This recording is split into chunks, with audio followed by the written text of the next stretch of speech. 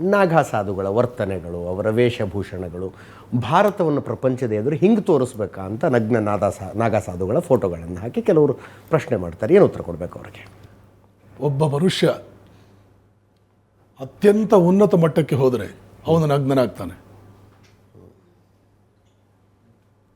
ಬ್ರಹ್ಮಜ್ಞಾನಿಯ ಲಕ್ಷಣ ಏನು? ಶಂಕರಾಚಾರ್ಯರು ಹೇಳ್ತಾರೆ. ಸ್ವಯಂ ಅವ್ರಿಗಿಂತ ಬ್ರಹ್ಮಜ್ಞಾನಿಗಳು ಯಾರು? ಮೊದಲನೇ ಲಕ್ಷಣ ಏನು ಗೊತ್ತಾ? ದಿಗಂಬರೋವ. ದಿಗಂಬರ ಅವನು. ಎರಡರ್ಥ ಇದೆ ದಿಗಂಬರ ಅಂದರೆ. ದಿಕ್ಕುಗಳನ್ನೇ ಬಟ್ಟೆಯಾಗಿ ಉಳ್ಳವನನ್ನಾಗಿ. ಆದ್ದರಿಂದ ಈ ಬಟ್ಟೆ ಯಾಕೆ?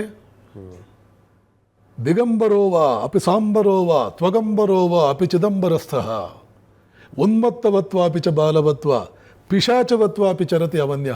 ಇಷ್ಟು ಸ್ಥಿತಿಗಳಲ್ಲಿ ಬ್ರಹ್ಮಜ್ಞಾನಿ ಇರ್ತಾನೆ. ನಾಗಾ ಸಾಧುಗಳಿಗೆ ಬಟ್ಟೆ ಹಾಕ್ಕೊಳ್ಳೋಕೆ ಬಟ್ಟೆ ಇಲ್ಲದೆ ಅಥವಾ ಅಸಹ್ಯವಾಗಿ ಕಾಣಬೇಕು, ನಾವು ಅಶ್ಲೀಲವಾಗಿ ಜನರ ಮುಂದೆ ಕಾಣಿಸ್ಕೋಬೇಕು ಅನ್ನೋ ಉದ್ದೇಶ ಅಲ್ಲ. ನಾಗಾ ಸಾಧುಗಳು ಪರಮಶಿವ ಭಕ್ತರು. ಶಿವ ಕೂಡ ಒಂದು ರೀತಿ ದಿಗಂಬರನೇ. ಅವನ ಶಿವನ ಹಲವಾರು ಹೆಸರುಗಳಲ್ಲಿ ದಿಗಂಬರ ಅಂತಲೂ ಬರುತ್ತೆ. ನಮಗೇನು ನಿಮ್ಮ ಸಮಾಜ ಕಟ್ಕೊಂಡು ನಮಗೇನು?